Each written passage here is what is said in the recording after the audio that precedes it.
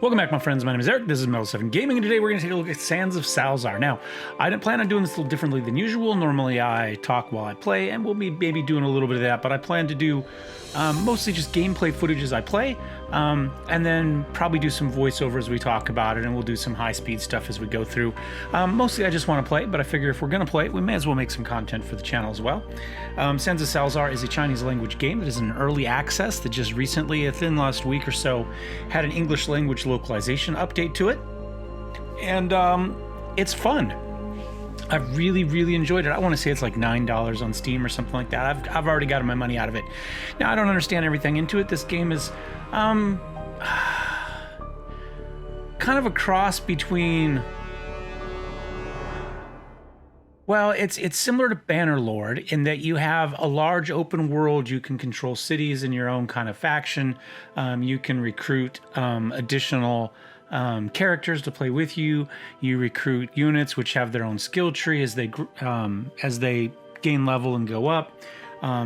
You can do trading. It's kind of the same scope, but it's more of an action game style combat where your armies essentially all run in. You're not going to have while there is some control, and I think there's more control there than I've found. You know, it's something along those lines. I think the game is gorgeous. It's beautiful. I love the artwork. The writing is pretty decent. The localization, translation sometimes has some issues. They really have trouble with double negatives and such on occasion. But it's good. There's a lot more to it than I've found. So we're going to take a look at it, and you know, we'll see what we get out of it as far as the video. It does have modding as well. I haven't tried any mods, although there are some out there. At the moment, most of the mods that I saw are similar to, say, a lot of the mods for... oh, I can't think what it's called. It's a dungeon game, and it's really good. Anyway, mostly they're sexy versions of NPC character artwork. That seems to be the majority of what's out there at the moment. Anyway, let's click new game. Now there's a custom battle. Haven't played it yet. Multiplayer. Haven't tried it yet. We're going to jump into the open world here, and we'll watch the quick opening cinematic.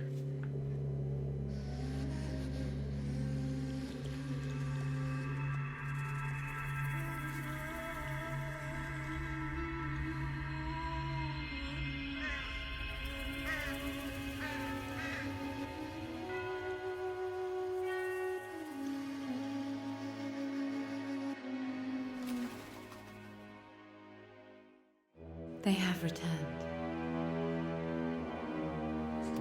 There was a war 20 years ago. That war took my father, my mother, my homeland, everything. The black sun rose in the sky, heralding destruction. You've protected mankind for 1,000 years. Who am I to judge? But it all started with you. Now, I will be the one to finish it.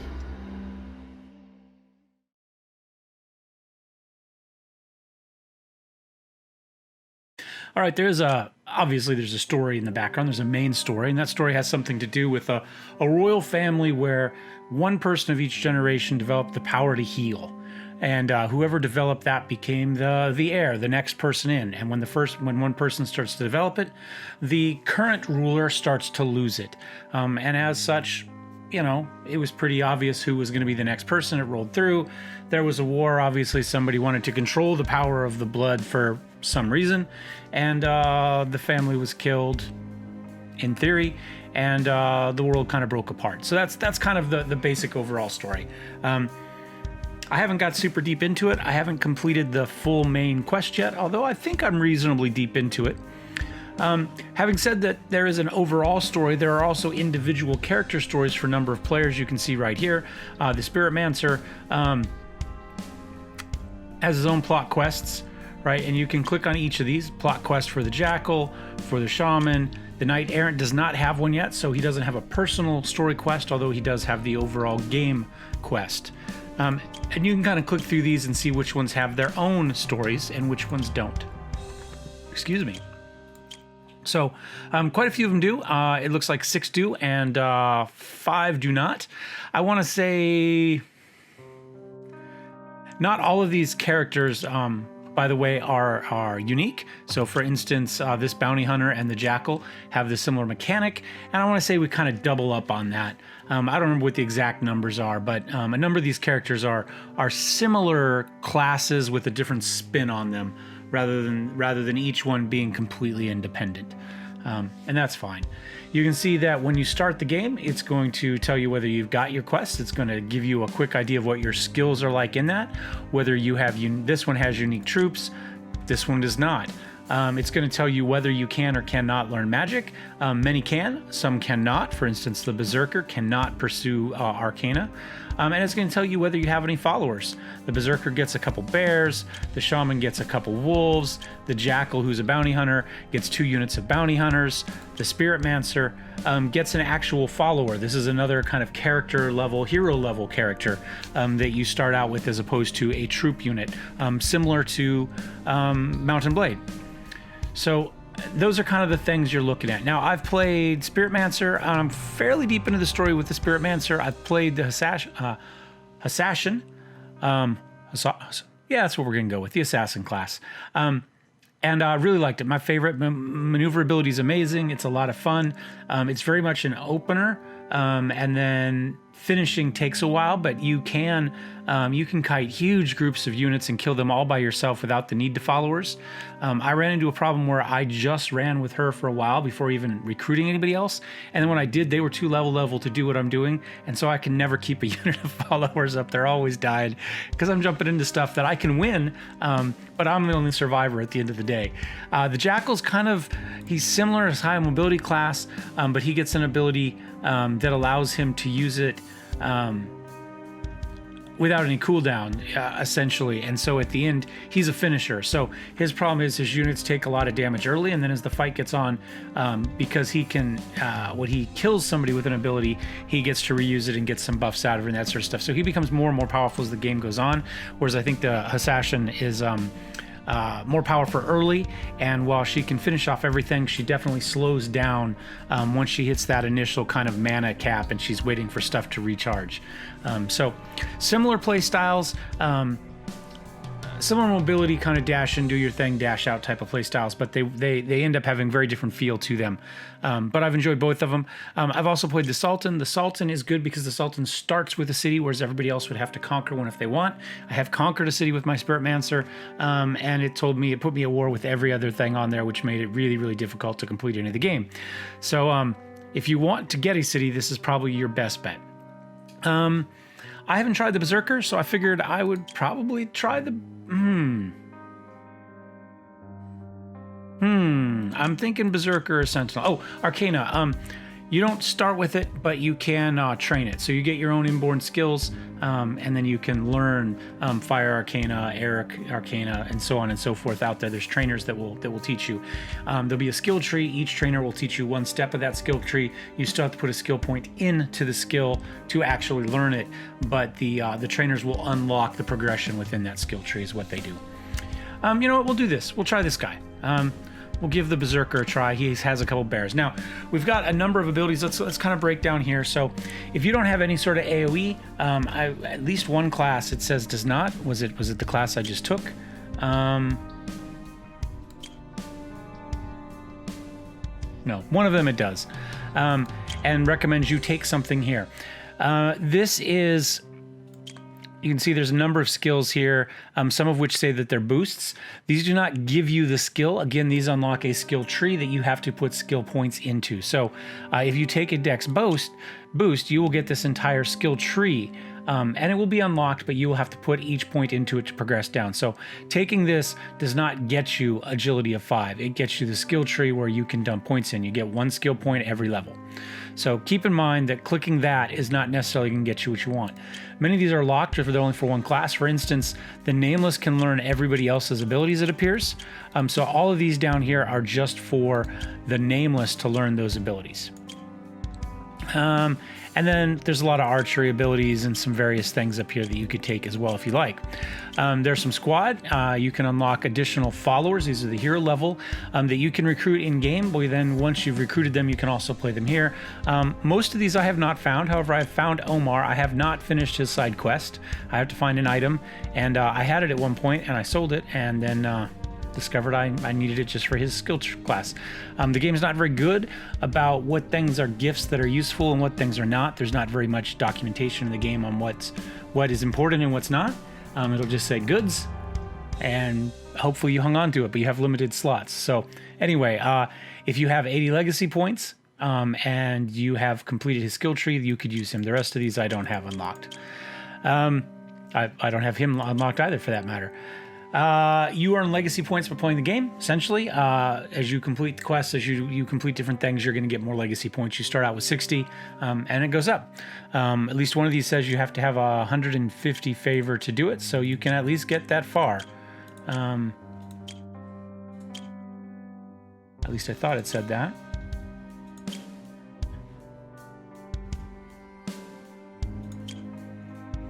Favor.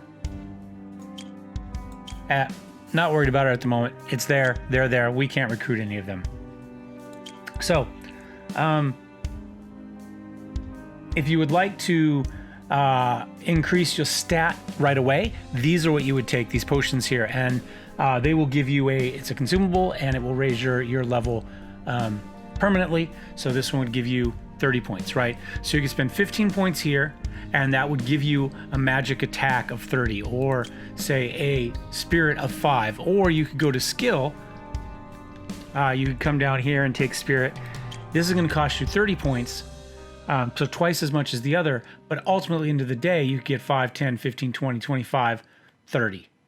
35 actually, and reduce your skill trees. So this is the better overall, but you have to have the skill points for it. So it's up to you to determine where you are capped, not capped, what your bottlenecks are. Your bottlenecks going to be skill points, or are your bottlenecks going to be these? I mean, where do you want to spend your points and what do you want to do with it, right? So additional other items, this will give you resources, money, wood, and ironstone. Jade is another one. Jade is the hardest one to find. As far as I'm concerned, this might not be a bad idea right now. There's some very good units that require Jade to upgrade, and I always kind of get level locked on them because I don't have the Jade to get them up to the next level. So money, Sherpa allows you to carry more items. Which is useful, more useful than you think it should be. Your bags are not, it doesn't seem like an issue at first, but it quickly gets to a point where they can be. Prestige gets you an additional type of unlock. Not only do you have your skill unlocks, but then you've got a big kind of wheel that have different roles that you may want to go into, like unit commander, or movement on the map, or increased production from your crafters if you own a town, and so on and so forth. And prestige is what unlocks some of that stuff. Wisdom crystals, these get you additional skill points. So what you do with it, so for instance, we could come here, we could say we want the bear. This is going to get a 50% attack bonus to all allies within 500 cubits. I don't know why they chose cubits. Cubits is an old measurement. It's essentially elbow to the point, to the tip of your finger. But that's what they've chosen. So rainstorm, 5 slow within 5. That could be good. Because we are going to be essentially a melee class, so we're going to be getting into stuff. It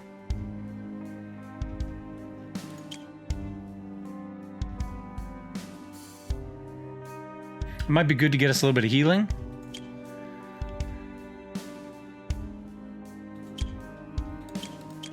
Soar, that lets us jump downward clear, attack all nearby enemies to deal 3 damage. You know what? I'm gonna go with Bloodsucker. I haven't tried this one yet. I generally like this type of mechanic in games, so we're gonna go with that. And then I'm gonna go ahead and I'm gonna take some of I'll take, say, 3 of these. We'll take 3 skills there, and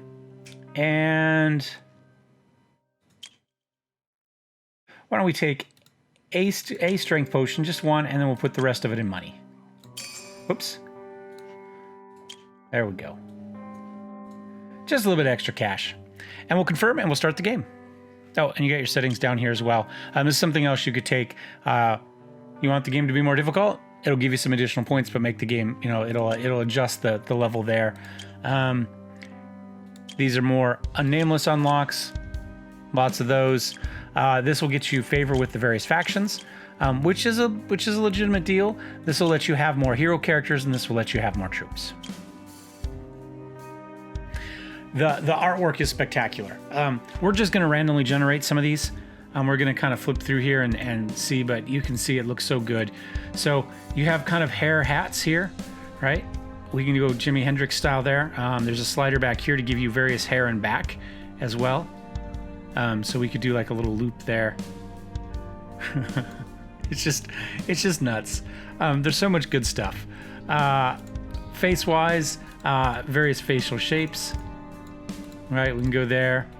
Eyebrow, eye, nose, mouth, and beard. And if we want the big crazy beard there, we're all about the hair here apparently. Lots of body options as well. You know, they look pretty good. They look pretty good. This happens to be my favorite. I think this is the look we're going for this time, because why not? And then you have trinkets as well that you can get, whether that's you know, various masks, scarves, tattoos. Oh, did we go with that?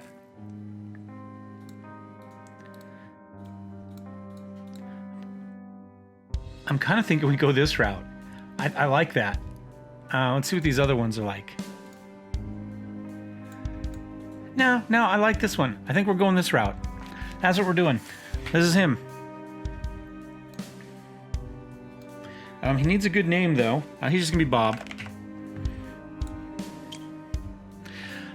Real mode, selecting option stops you from recruiting dragons, angels, phoenixes, other magical creatures. You can still recruit troops using a trade permit.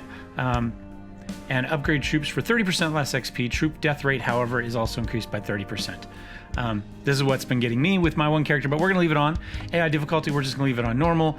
Roll limit, so you can use, I think it's space to roll, the character roll to avoid things, and this just puts a limit on how many you can do. It'd be a lot nicer with it off, or be easier, but we'll leave it on. And a hunger debuff. If we run out of food with our troops, then they lose movement speed. So let's jump into it. All right, you can see right here, Desert Brotherhood doesn't like, a few other people doesn't like. We'll talk about that in a minute. You come from a long line of berserkers, strong of stock and skilled at fighting. You admire muscle, might, and the perpetual pursuit of stronger adversaries. You're in a merchant's camp. Beyond lies the valley. Oh wait, so one thing to make sure you look at real quick is your party, and you can see there is our unit of bears. We've got 2 brown bears there, and we have a skill upgrade. So now we have extra.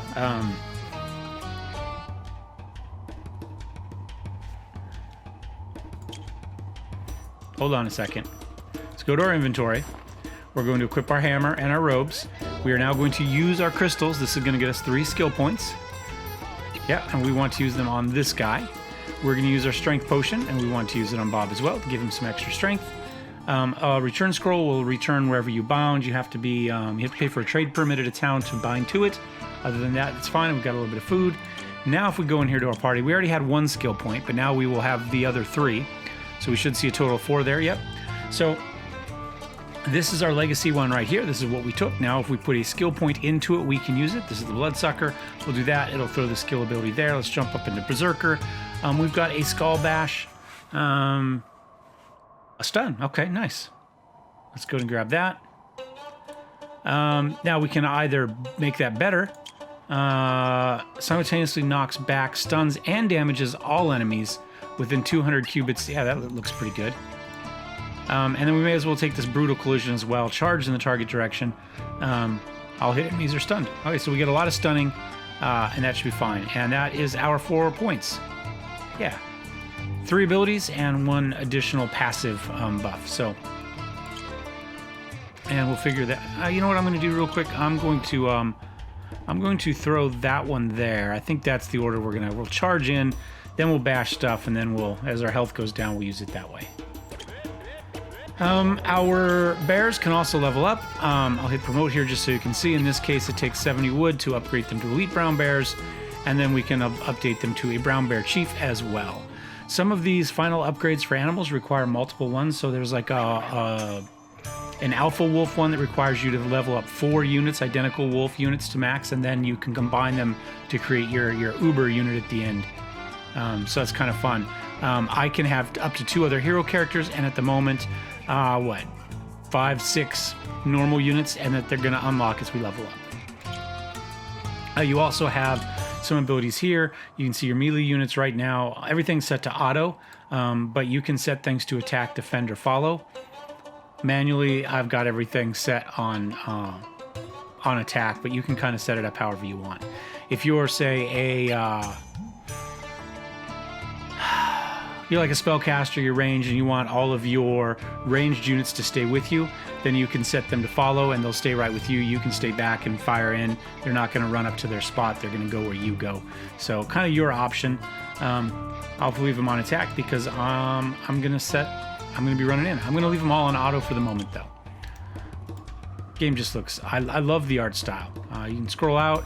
As you scroll out, this is as far as we can go right now, but the map gets bigger, and that's one way to get to the world map. This is another way, or you can hit M.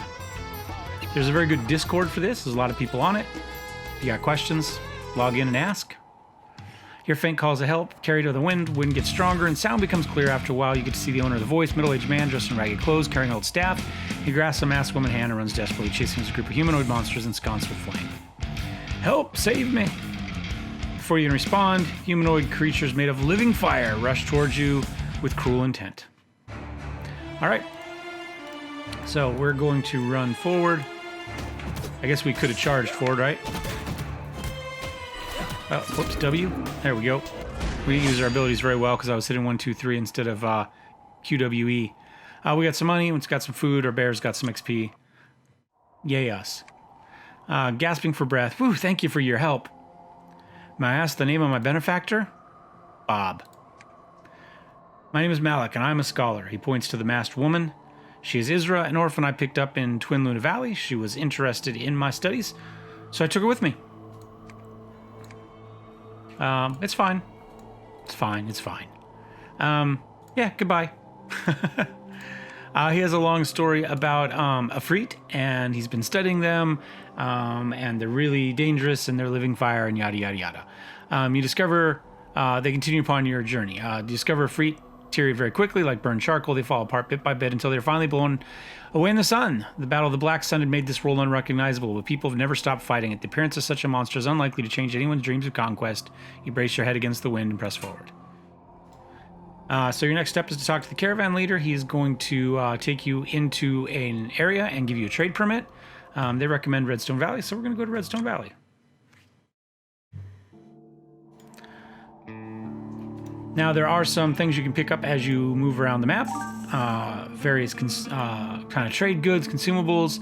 These are going to get you, eventually, your prestige there. And prestige is going to unlock talents. We've got leadership, moving, this one deals with faction influence, either to help boost or negative. So this one gives you a chance to avoid losing faction when you do something, and this one helps gain faction. Faction is not well done in this game at the moment. Essentially, you just lose it with everybody. If you do anything with one person, you lose it for everybody. So you quickly get to a point where you have 0 faction, and you can't go or do anything, which kind of gets to be a pain in the butt. I did one where I did all the quests just for this faction here. I was just working for the guards here. One of them requires you to go out to another zone. I went to their zone. I killed the people I was supposed to kill. I came back, and somehow my faction had dropped, and I was now wanted in the area, despite never working for any of the factions, and in fact only doing quests for that faction. So there are some issues with some of this. Just keep that in mind as you play. Doesn't seem to matter. This is kind of what your zone levels look like for each map, and you can, if you hit map here, you can see that goes to Crying Rock, and you can scroll out, and then you go out to the big map here, and you can see the kind of the main zones. So if you're looking for some place, you can do that. There's also a if you just right click, you can say move here, and they'll automatically move there. So you hit control, it'll speed up time. There's also a larger, like just straight, I think it's just T. See, we'll just make time pass. So if you have a quest, you have to wait 15 days or whatever. You can do that. I don't have enough Utar to hire troops, fighting alone. So these sellers generally sell animals, although I think initially they don't have any stock. You have to wait, I think, 3 days. Oh, no, he's got one already. Yeah, we'll buy a python hatchling. Why not? He's not very python-y. He's more kind of vipery, but, you know. There we go. We can buy a horse when we get to level 3, so we'll kind of wait on that. Bandits stay low level. The faction bandits increase as you go up, though.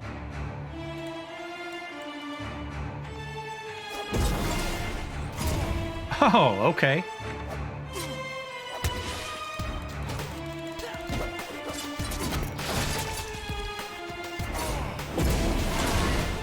That was interesting. This is going to be an interesting one as well.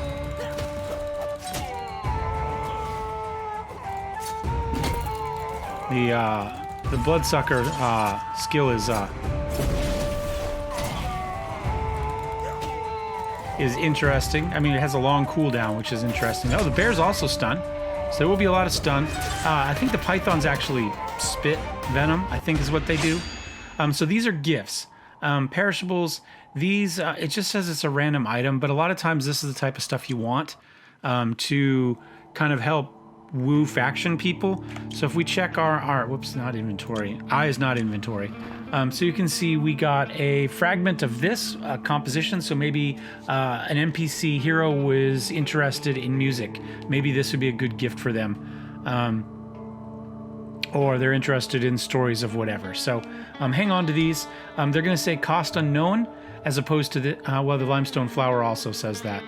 Your food also perishes. You eat a certain amount of it as you play on, but it also wears out and durability goes. So keep track of that. We're going to go ahead and grab that. And we're going to grab that.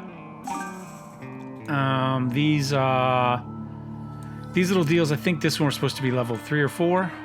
Recommended level 3. We'll wait on it. We're still just 1. And maybe we do get through it, but, you know, maybe our bear dies. Your characters... they can get badly wounded, and if the entire party is badly wounded, then the party will go away after a certain point. There's a timer you have to get them all healed, to get somebody in the party healed, and if you don't, then the party will go away. You can, however, take a unit, and if we go to manage here, you can see that we can convert that unit to squad XP. So if everybody gets injured and the unit's about to die or go away, you can still hop here, convert to squad XP, and you'll just select one, click that, and then it would do that if you wanted. We're going to keep it for the moment, so we're not gonna do that. But so the unit's not necessarily completely worthless at that point. You can get something out of it. So if they do get injured, and it'll say 1 of 2, and it'll be in yellow, you'll know that that's there. Let's take a look at what their skill is here. Oh, they bind people. Okay, so they've got a hold, and they've got a stun, and we've got a stun. So we've got a lot of crowd control with this group. You got places like this. They have some essentially evil guards that are holding people prisoner.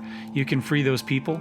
You fight the guards and you get whatever unit it is might join you. This one's level 4 though, so we're going to skip that one for the moment. Now the Desert Brotherhood is one of the faction bandit parties, so they're going to get better as we get better. It's going to say, hey, they've learned they can't fight you with this group, and they'll all advance up, and anytime you see them, they'll now be the higher level. So.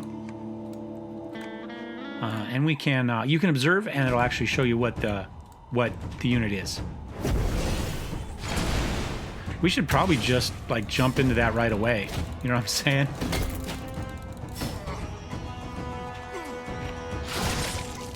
Do a little bleed action there. Yeah. Keep them stun locked.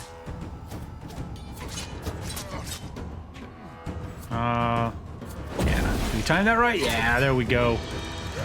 Killed one and knocked the other one down. So yeah, you get to a point where maybe there's just 1 or 2 of them running around. You just hold control. Same thing, speeds up time and lets them go. You can use any weapons. I've found problems with the follower that you get refusing to take any weapon other than her first level terrible one. So there are some bugs there. Bandit camps you can attack. You have to siege them just like you would a town, as if you were taking over a town. And when we get to that point, I'll show you. But we're not anywhere near that sort of thing at the moment. Work on getting our. I haven't actually paid attention to when you get these for prestige. Like, do you have to get like every star gets you you know, a talent point or something along those lines. Don't know.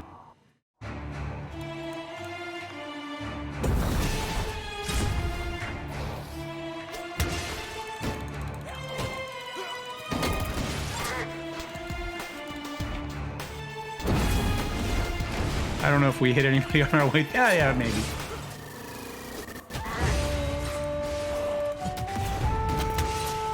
Yeah, stun him.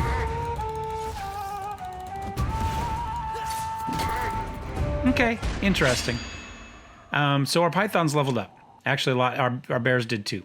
So we reached level 2 and we received a skill point. They also leveled up. Now, they don't get everything every level up, but they do get better. And again, they do have a skill tree. So at 8th level they'll go up, and then at 15th level they can go up again. Let's see what we got. Not much we can do. They don't always give you good. It doesn't automatically give you something else. So we've got a point, but this requires we be level. What does this require? Level 5. And level 5. And level 5. And we can't get this one until we get that one. You get the idea. So sometimes taking the points gets you some extra stuff early, but then there's nothing you can do for a few levels. But you could, if you were learning Arcana, you could put those into, say, Fire Magic or something like that. You have some additional... oops, I missed one up there. Let's grab that. I don't know that it matters. I'm not sure that you get that much money. At this point, I'm not... this stuff might have more use if you have a town. Again, level 3. We're what, level 2 now? We're level 2. One more level. So, this guy here, you can talk to him, and he's going to... Essentially, you're going to remember his telling of a story by playing your character through it. We might be able to do the first one, but at a certain point, you need an actual army to continue on. And we use your own troops for that retelling. You don't play as him. You play as you, going through his story, I guess. So he's going through a story. He comes back here for a brother who died. In this case, a fellow soldier. And so yeah, we'll go ahead. We'll jump into this. You'll see this kind of storytelling throughout the game. We're brothers in arms who met during the Battle of the Black Sun. I was conscripted by the Oryx as a rank-and-file soldier. Oh, you must be new around here. Hello. Hey there, you don't look too well. I'm about to be sent to my death in battle. What on earth is this fool prattling on about? Hey, you lot, stop chit-chatting and come finish your training. So now we gotta fight this guy.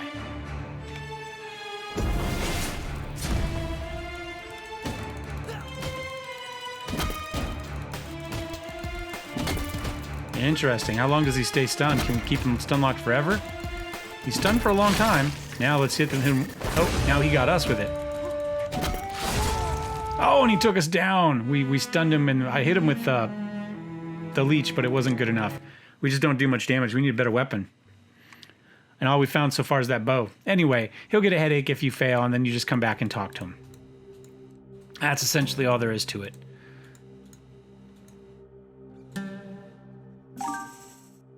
Come run around, grab a little bit more.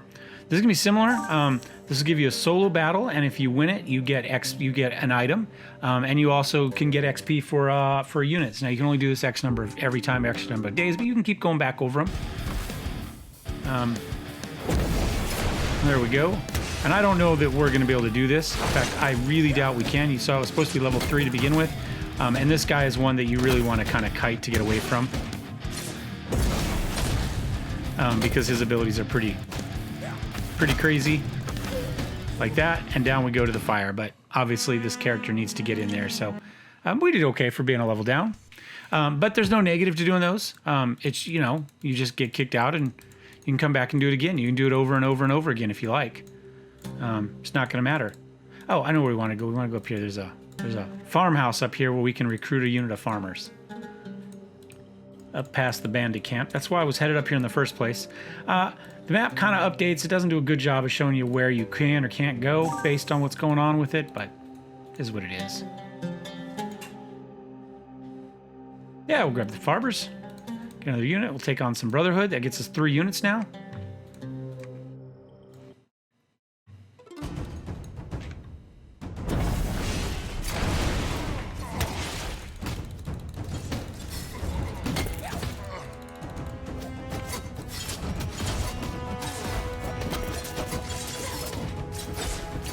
Charge through! There we go.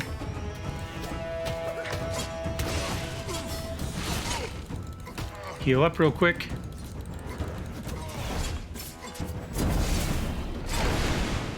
Is that everybody? That's everybody. So we got some dates, some throwing knives. All right.